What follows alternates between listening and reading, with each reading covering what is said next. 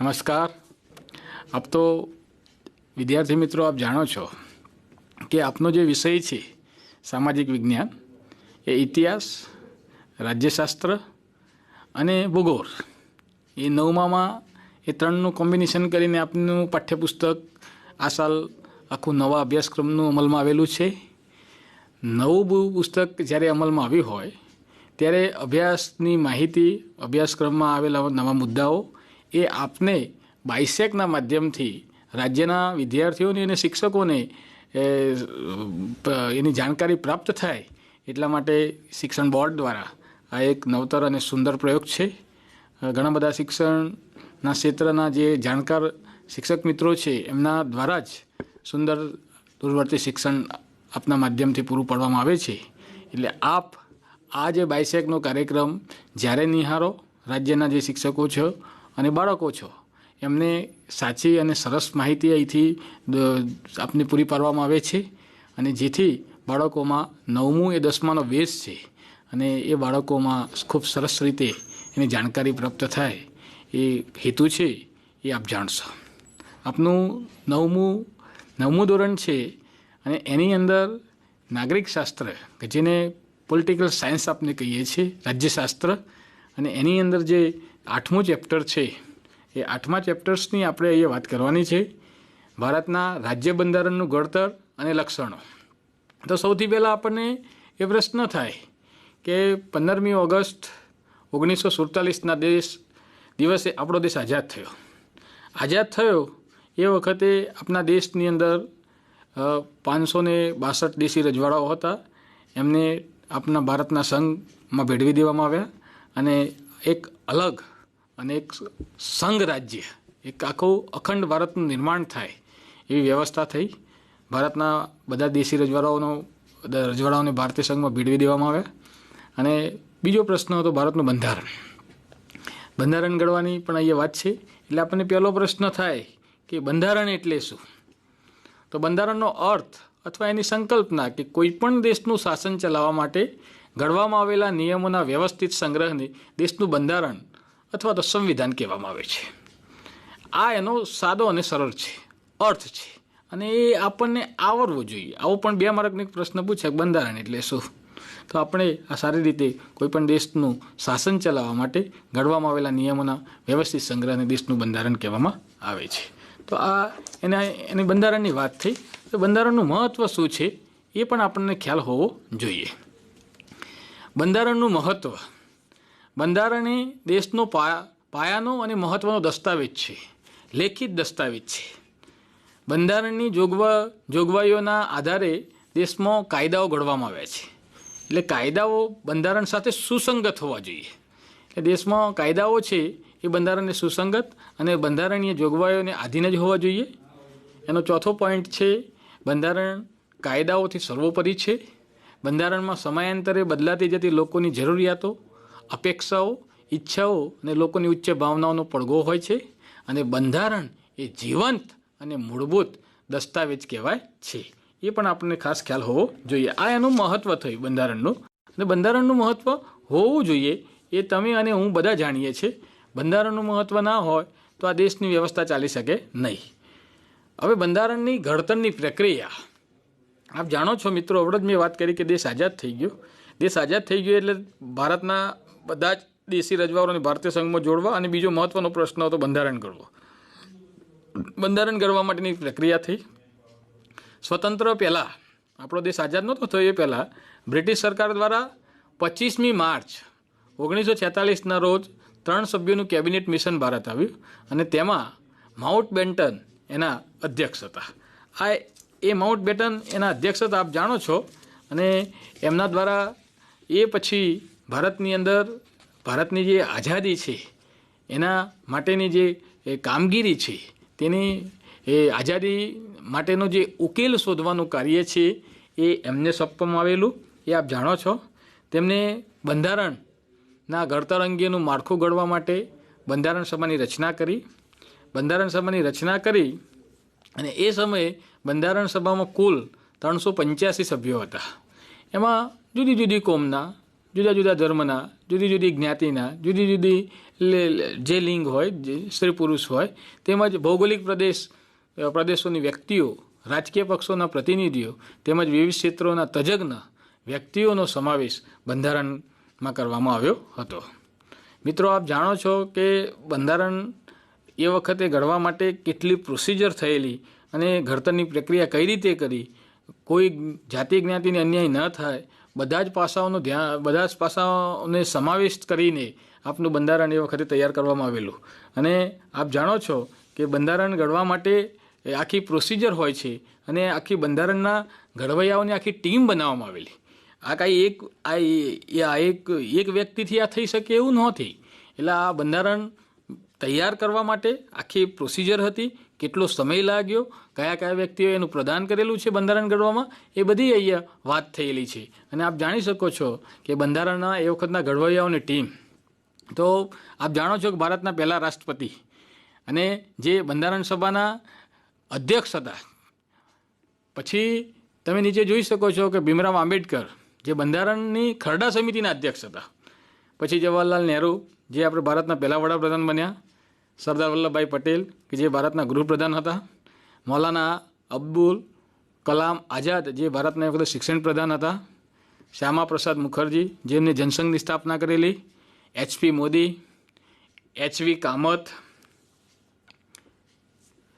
Frank Anthony, Kanaiyalal Maneklal Munshi, Gopal Swami Ayyangar, Krishnaswami Iyer, Baldev Singh અને મહિલા પ્રતિનિધિ તરીકે એ વખતે સરોજિની નાયડુ અને વિજયલક્ષ્મી પંડિત, આ એમ 15 વ્યક્તિઓના અથાર્થ અને ખૂબ મહત્ત્વના પુરુષાર્થથી ભારતનું બંધારણ ઘડાયું એ પણ આપણે જાણીએ છીએ. આ બંધારણ ઘડવા માટે એમને ખૂબ મહેનત કરેલી અને એના મહેનતના પરિશ્રાપ સ્વરૂપે આપણને આ બંધારણ આપણને પ્રાપ્ત થયું છે. અને એ બંધારણની અંદર બંધારણ સભાએ બંધારણ ઘડી નાખ્યું. એ ઘડવામાં કેટલો સમય લાગ્યો એ પણ આપણે વાત કરીશું. બંધારણ સભાએ 9મી ડિસેમ્બર 1946ના રોજ કામગીરી શરૂ કરી. જો 1946માં 9મી ડિસેમ્બરે એમને કામગીરી બંધારણ કઈ રીતે તૈયાર કરવું, એના માટે કયા કયા સ્ત્રોત, કેટલા આધારો, કયા દેશનું બંધારણ, આ બધાનો અભ્યાસ કર્યો.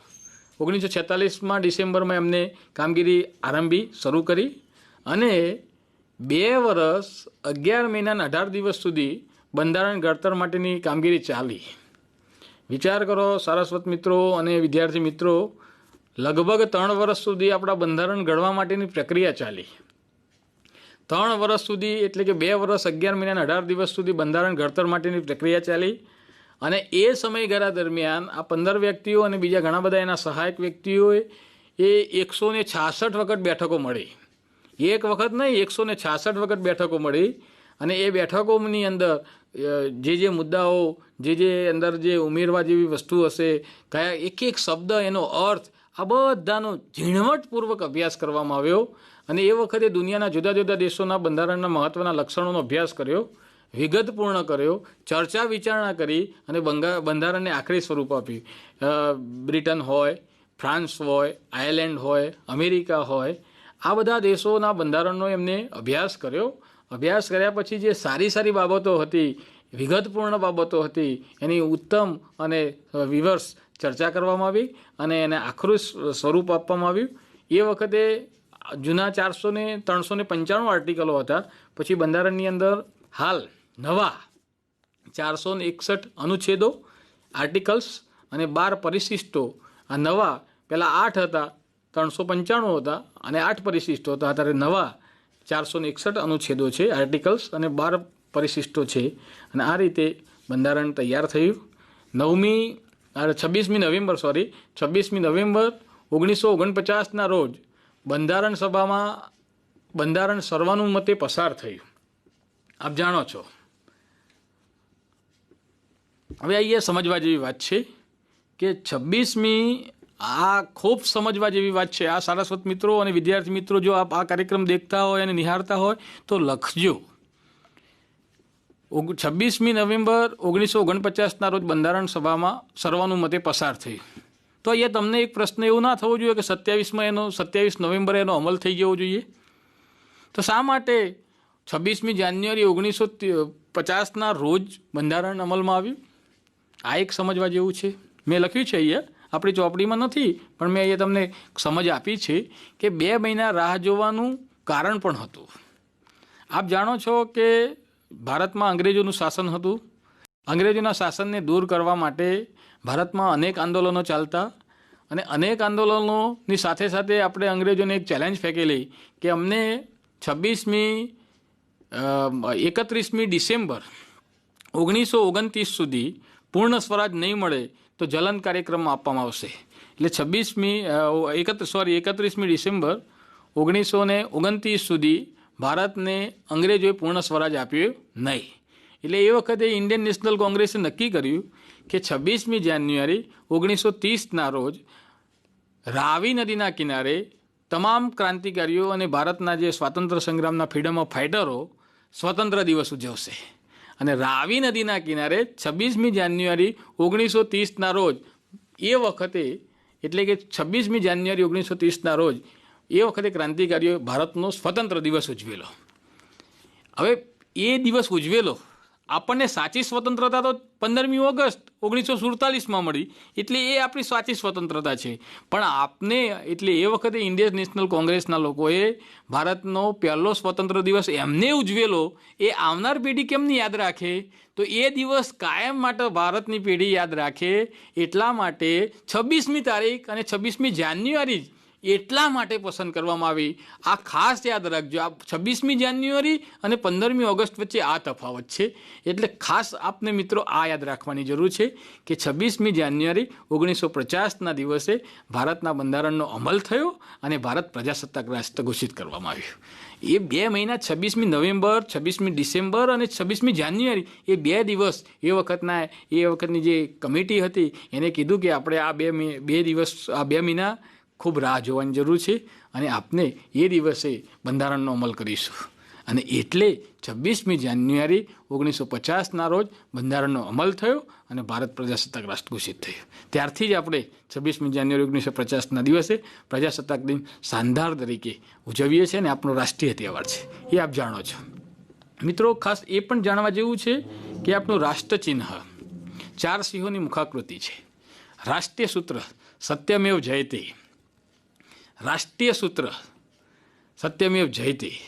પછી બંધારણની અંદર નાગરિકોના મૂળભૂત હકોની વાત છે, મૂળભૂત ફરજોની વાત છે, રાજનીતિના માર્ગદર્શન સિદ્ધાંતોની વાત છે, ન્યાય વ્યવસ્થાની વાત છે, વહીવટી સૂચનાની વાત છે. આ બધી બાબતોનો આપણા ભારતના બંધારણની અંદર સમાવેશ કરવામાં આવે છે. નાગરિકો એનો ખૂબ સારી રીતે એનો ઉપયોગ કરી શકે. નાનામાં નાની ઝીણામાં ઝીણી બાબત આપણા ભારતના બંધારણમાં સમાવિષ્ટ કરવામાં આવી છે. એ તમે અને હું જાણો છો. આજે આપણો દેશ 1950થી આજે 66 વર્ષ થયા, હમણાં જ આપણે ઉજવ્યો છે. 66 વર્ષથી આપણા દેશની અંદર દેશે ખૂબ પ્રગતિ કરી છે. દેશમાં આ રાષ્ટ્રીય તહેવારો ઘણા આવે છે, પણ આ રાષ્ટ્રીય તહેવારો 15મી ઓગસ્ટ અને 26મી જાન્યુઆરી એ તમામ નાગરિકોએ એમાં ઇન્વોલ્વ થવું જોઈએ. એનું મહાત્મ્ય મારે અને તમારે સમજવું પડશે. હું છોકરાઓની મારી સ્કૂલમાં નિયમિત વાત કરું છું કે વિદ્યાર્થી મિત્રો, બીજા તહેવારો નહીં મનાવો તો ચાલશે, પણ આ 2 જે તહેવારો છે એ આપને ચોક્કસ એમાં તો ઇન્વોલ્વ થવું જ પડશે. એક સમય 1 મિનિટ માટે એવું વિચારો કે આપ આજ આઝાદ નથી, આજે આપ સ્વતંત્ર નથી અને આજે સ્વતંત્ર છો, એવું એક દિવસનું વેરિએશન રાખીને વિચારો તો ખ્યાલ આવે કે સ્વતંત્રતા એમને એમ નથી મળી. ઉમાશંકર જોશીનું એક વાક્ય છે કે દેશ આઝાદ થતા તો થઈ ગયો, તે શું કર્યું? એટલે એ જે કાર્ય કરવું હોય અને એના માટે દેશના તમામ નાગરિકોએ ખૂબ લાંબો સમય સંઘર્ષ કર્યો છે અને એમાંથી આપણને આઝાદી પ્રાપ્ત થઈ છે. આઝાદી કાંઈ એ આમ ખરીદી નથી લીધેલી, આપણે ભોગ આપ્યો છે. આપણા કેટલાય ક્રાંતિકારીઓએ ઉનાઓના પાણી વહાવ્યા છે અને રક્તની નદીઓ વહાવી છે અને એમાંથી આપણને આઝાદી મળી છે. એટલે આ બધા વ્યક્તિઓને યાદ કરવાનો દિવસ છે અને દેશ માટે કાંઈક કરી છૂટવાની ભાવના, આ દેશ મારો દેશ છે, મારા દેશની ભાવના એ આપણામાં આવિર્ભાવ થવી જોઈએ. આ દિવસો ઉજવવા પાછળનો હેતુ આ છે કે રાષ્ટ્રવાદની જે ભાવના, રાષ્ટ્ર માટે કંઈક કરી છૂટવાની ભાવના આપણને અહીંથી પ્રાપ્ત થાય છે. એટલે પોલિટિકલ સાયન્સ માટે રાજ્યશાસ્ત્રમાં નાગરિકોની જે ફરજો છે એ આપણને અહીંયા શીખવા મળે છે. બીજું ભારતની અંદર ખૂબ મહત્ત્વની વાત આ છે કે ભારતનું બંધારણ વિશ્વમાં સૌથી મોટું અને વિસ્તૃત અને વિશદ લેખિત દસ્તાવેજ ગણાય છે. મોટા વિશ્વમાં લોકતંત્ર, આમ તો વિશ્વમાં મોટામાં મોટો લોકશાહી દેશ કયો તો ભારત. વિશ્વના બંધારણમાં જેટલા આમ નોંધાયેલા 250 જેટલા દેશો છે એમાં મોટામાં મોટું વિસ્તૃત અને વિશદ લેખિત દસ્તાવેજ સ્વરૂપમાં જો કોઈ પણ દેશનું બંધારણ હોય તો ભારત દેશનું છે. અને આપ જાણો છો કે આપનો દેશ એશિયા ખંડ એ વિસ્તાર અને વસ્તીની દ્રષ્ટિએ મોટો છે, જનસંખ્યાની દ્રષ્ટિએ મોટો છે. અને એવા દેશમાં ભારત દેશ એશિયા ખંડની અંદર 26 દેશો હોય ને એમાં ભારત દેશ હોય ને સૌથી વધુ વસ્તી ધરાવતો ચાઇના એ એશિયા ખંડમાં આવેલો હોય. જો આ બે દેશ, એક સામ્યવાદી છે ને એક લોકશાહી છે, વિશ્વના ઘણા બધા લોકશાહી દેશોમાં છે અને એમાં ભારત એ સૌથી મોટામાં મોટો લોકશાહી લોકતાંત્રિક વ્યવસ્થા ધરાવતો દેશ છે. અને એ દેશના આપણે નાગરિક હોય તો આપણી પણ અમુક ફરજો બને છે. અને નાગરિક તરીકે મારી શું ફરજ, મારી એક શિક્ષક તરીકેની શું ફરજ, દરેક પોતપોતાની ફરજ નિભાવે તો આ દેશ 100 અમેરિકા ખરીદી શકે એટલો સક્ષમ છે ભાઈ. અને આ એક સ્પષ્ટ વાત છે. ફોલો આપણે કરવાનું છે. દેશની વ્યવસ્થા છે એને ફોલો મારે ને તમારે કરવાની છે. અને તો જ દેશની વ્યવસ્થા સાચી રીતે ચાલી શકે એ પણ સમજશું. આમુખ બંધારણની અંદર આ ખૂબ મહત્ત્વની વાત છે, આમુખની વાત છે. તો આમુખ બંધારણનું પારંપરિક હાર્દ અને વિશિષ્ટ સ્થાન ધરાવતું તત્વ છે. બંધારણની શરૂઆત આમુખથી થાય છે. આ પ્રશ્ન પણ પૂછાય છે ટૂંકા પ્રશ્નમાં કે બંધારણની શરૂઆત શેનાથી થાય છે? આમુખથી થાય છે. એ પણ આપણે મિત્રો, આપણે હવે 22 તારીખથી પરીક્ષા સ્કૂલોમાં શરૂ થઈ ગઈ છે. ઘણી સ્કૂલોમાં ઓક્ટોબરમાં પણ શરૂ થવાની છે. ત્યારે આ પાઠ ખૂબ મહત્ત્વનો હોય છે. આમુખમાં દર્શાવેલા શબ્દો ઉપરથી આમુખ બંધારણનો આત્મા હોવાની પ્રતીતિ થાય છે. આપણા શરીરમાં આત્મા ના હોય તો આપણા શરીરની કોઈ વેલ્યુ ખરી?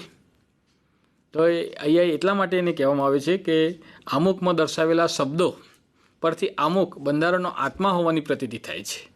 અને ખૂબ મહત્ત્વની વાત છે કે સમય આવે એટલે બદલાવ આવે. તો 1976માં 42માં બંધારણીય સુધારાથી આમુખમાં આ 4 શબ્દો ઉમેરવામાં આવેલા છે. સાર્વભૌમત્વ શબ્દ પછી સમાજવાદી શબ્દ, બિનસાંપ્રદાયિકતા, રાષ્ટ્રીય એકતા અને રાષ્ટ્રની અખંડિતતા આવા શબ્દોનો સમાવેશ કરવામાં આવ્યો છે. આમુખ બંધારણના મૂળભૂત હેતુઓ, ધ્યેયો, આદર્શો તેમજ સિદ્ધાંતોને વાચા આપે છે. અને આખા ભારતનું કલ્યાણ રાજ સ્થાપવાની ઉચ્ચ ભાવનાઓ અને આદર્શો સિદ્ધ કરવા ઈચ્છે છે. આમુખ દ્વારા બંધારણના ઘડવૈયાના માનસનો પરિચય થાય છે. અને આ વાત થઈ આમુખની વાત. એટલે ઘણી વખતે આ પ્રશ્ન પણ પરીક્ષામાં પૂછાતો હોય છે કે આમુખનું શું મહત્ત્વ છે. અને આ રીતે આપણે કલ્યાણ રાજ થાય, ઘડવૈયાઓની જે માનસ શું છે એ બધું એના ઉપરથી પરિચય આપે છે. અને બંધારણના સુધારા 42માં જે સુધારા છે એ પણ ઘણી વખતે બધી જાહેર પરીક્ષાઓમાં પૂછાતા હોય છે. તો આ પાઠ આપણને સામાન્ય જ્ઞાન માટે પણ ખૂબ જરૂરી છે. આ ભવિષ્યમાં ખૂબ આગળ અભ્યાસ કરીને કોમ્પિટિશન પરીક્ષાઓ પણ આપવાના હો છો. એ સમયે આ બધી જે કલમો છે, એ બધું આર્ટિકલ છે, એ આવામાંથી જ પૂછાતું હોય છે. તો આપ આપના વિષયને ખૂબ સરસ રીતે સુસંગત રીતે તૈયાર કરો અને એક સારા નાગરિક તરીકે એક પ્લેટફોર્મ તૈયાર કરો. અને જે સ્કૂલમાં જે સારસ્વત મિત્રો જે ભણાવતા હોય છે અને એ સમયે બાળકોને આ બધી વાત એમને કરજો જ ભાઈ, કે આવું અવતારે બાળકને માત્ર ભણાવવા ખાતર નથી ભણાવવાનું, એને આપણે તો વૈશ્વિક નાગરિક બનાવવાનો છે અને વૈશ્વિક વિદ્યાર્થી બનાવવાનો છે, વિશ્વ સુધી એને પહોંચાડવાનો છે. અને એ સમયે આપણો રોલ ખૂબ મહત્ત્વનો હશે, કારણ કે તમે વાંચતા હશો તો એને આવું કહી શકશો કે આવું પૂછાય છે. તો આપના બાળકનું પ્લેટફોર્મ બહુ મજબૂત બંધાશે. અને રૂરલમાં ઘણી બધી પરિસ્થિતિ તંગ હોય છે. હું ગામડામાં જ ભણાવું છું એટલે મને ખ્યાલ છે. પણ જે ગામડાના સ્ટુડન્ટ છે એમને શીખવાની અપેક્ષા ઊંચી હોય છે. એમને સારા પ્રોત્સાહન અને પ્રેરણાની જરૂર છે. અને આપ જો આપના કામથી શરૂઆત કરશો તો બાળકો ચોક્કસ આ બધી પ્રવૃત્તિમાં ઇન્વોલ્વ થશે એની મને ચોક્કસ ખાતરી છે. આ રીતે એને ભણાવવામાં આવે. ધ પોઈન્ટ વાંચી જવાની જરૂર નથી, એને સમજાવવાની જરૂર છે કે આવું થઈ શકે. અમૂલ્ય દસ્તાવેજ છે, લેખિત સ્વરૂપમાં છે, માણસને ક્લિયર કરે છે. મૂળભૂત હેતુઓ, ધ્યેય, હકોની વાત છે, બધી જ અહીંયા જે તમે ભણાવવાના છો એ બધી વાત આવી જતી હોય છે. અને ઓરલી સમજાવો, બ્લેકબોર્ડની અંદર લખો અને મુદ્દાસર લખો અને એને આટલું પ્રકરણમાં આવે છે અને આટલું જ તારે પ્રશ્નમાં લખવાનું છે એવું જો સમજાવી દેવામાં આવે, ઘરે વાંચે, પાઠ્યપુસ્તકમાં વાંચે, આપને સાંભળે, વિદ્યાર્થીનું ક્લીન થઈ જાય સાહેબ, અને મને ચોક્કસ ખાતરી છે. હવે અમુકનું મહત્ત્વ જો અહીંયા સમજો. હવે ખાસ અમુકનું મહત્ત્વની વાત છે કે અમુકને બંધારણનો આત્મા કહ્યું છે. અને આ કોણે કીધું છે આપ જાણો છો? આપણા ભારતના બંધારણના ખરડા સમિતિના અધ્યક્ષ ડૉક્ટર બાબા સાહેબ આંબેડકર અમુકને બંધારણનો આત્મા કહે છે. શરીરમાં આત્મા ના હોય તો આત્મા આપણે જીવી શકીએ નહીં, આપની કોઈ વેલ્યુ જ ના હોય. પછી તો આપ જાણો છો કે મૃત્યુ પછી તો અગ્નિ સંસ્કાર. અહીંયા બંધારણનો આત્મા કહ્યો છે. કોઈ પણ કાયદાના ઘડતરમાં તથા તેની પૂરી રીતે સમજવામાં કે અર્થઘટનમાં માર્ગદર્શન આમાંથી મળે છે. એટલે ખાસ એનું મહત્ત્વ છે. કાયદાના હેતુઓ તથા તેનો આદર્શ, કાયદો ઘડવા પાછળ સંસદની નીતિ શું છે તે જાણવામાં પણ આનું ખૂબ મહત્ત્વ હોય છે. અમુક આપણને ખૂબ ઉપયોગી નીવડે છે, અને ઉપયોગી નીવડે તો જ આપણે એનું સ્પષ્ટ મહત્ત્વ સમજી શકીએ, વિશેષ મહત્ત્વ સમજી શકીએ, એ આપને ચોક્કસ ખાતરી છે. અમુક આપણને મદદરૂપ થાય છે. અમુક એ કોઈ સંસદ, જે આપણે સંઘ સરકારમાં સંસદ, ઉપલું ગૃહ રાજ્યસભા, નીચલું ગૃહ લોકસભા, આ બંને ગૃહો છે. અને એમાં કોઈ પણ કાયદો ઘડવો હોય 2-3 વાંચનથી કોઈ પણ પસાર થાય, ખરડો પસાર થાય, રાષ્ટ્રપતિની સહી થાય, રાષ્ટ્રપતિની સહી થયા પછી એ ખરડો કાયદો બને છે. કયા પ્રકારની મુશ્કેલીઓના નિવારણ અર્થે કાયદો ઘડવામાં આવ્યો છે તેનો નિર્દેશ પણ આપણને અને આમ સમાજને આમુખમાંથી સ્પષ્ટ થાય છે. એટલે આ પ્રશ્ન પૂછાય છે, આમુખને બંધારણનો અર્થ થાય છે. મિત્રો ધ્યાન રાખજો, આવો પ્રશ્ન આવે 2 માર્કનો કે આમુખને બંધારણનો અર્થ શા માટે કહેવામાં આવે છે. તો આપણે આ બધી ઉપરના જે 4 પોઈન્ટ સમજ્યા એ વિશે, બંધારણનો આત્મા કયો છે, બંધારણમાં અર્થઘટન સમજવાની અહીંયા વાત કરવામાં આવી છે, સરકારની સંસદની નીતિ શું છે એ સમજવામાં પણ અમુક ઉપયોગી નીવડે છે, કયા પ્રકારની મુશ્કેલી છે નિવારણ માટે કાયદો ઘડવામાં આવ્યો છે એનો નિર્દેશ પણ અમુકમાં સ્પષ્ટ થાય છે. એટલે આમુખને બંધારણનો અર્ક કહેવામાં આવે છે. કોઈ કલમ વિસંવાદિતતા હોય, કાયદાનો કયા હેતુસર સ્પષ્ટ કાયદાનો હેતુ સ્પષ્ટ થતો ના હોય, કાયદાની કલમ સમજવામાં, તેનું અર્થઘટન કરવામાં, બધા જ ક્ષેત્રોમાં આપણને આમુખ ઉપયોગી નીવડતું હોય છે. એટલે આમુખનું આપણને ખૂબ મહત્ત્વ હોવું જોઈએ. આમુખ બંધારણની જોગવાઈઓ સમજવામાં આ પણ પ્રશ્ન પૂછાય છે કે આમુખ બંધારણની જોગવાઈઓને સમજવામાં હોકા યંત્રની ગરજ સારે છે. આપ જાણો છો કે દિશા જાણવા માટે કયું યંત્ર જાણીતું છે? હોકા યંત્ર. હવે અહીંયા બધી સરકારની જે નીતિ રીતિ છે એ બધું જાણવા માટે અહીંયા બંધારણની અંદર ખાસ બંધારણની જે આમુખની અંદર જે બંધારણની જે જોગવાઈઓ છે એ સમજવામાં આ હોકા યંત્રની ગરજ આમુખ સારે છે.